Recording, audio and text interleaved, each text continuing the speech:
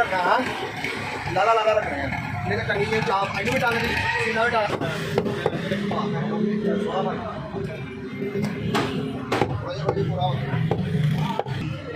पूरा बस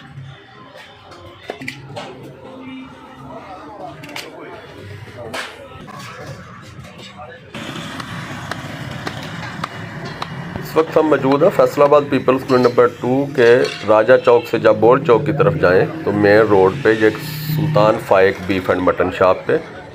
तो वीडियो में हमारे साथ रहें, हम आपको बीफ की कटिंग कैसे की जाती है ये दिखाएंगे।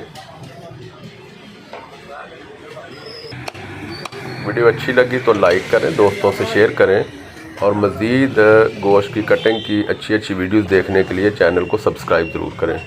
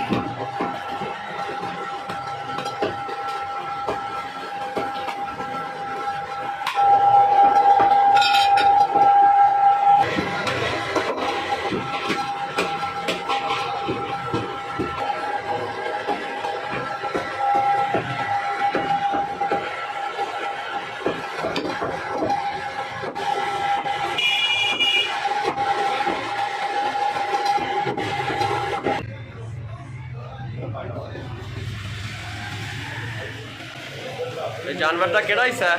जानवर का सीने का पीस है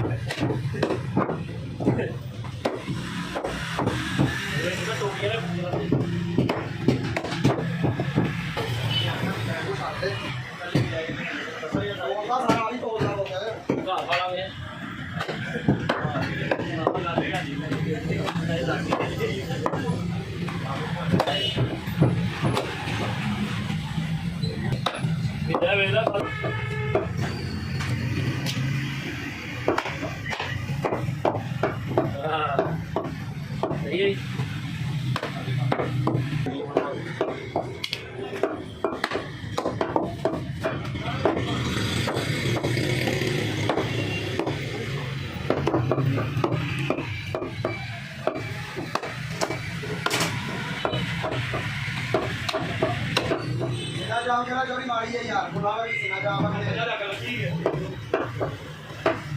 सीने की रोटी पता नहीं इतना मार दिया दिखा दिया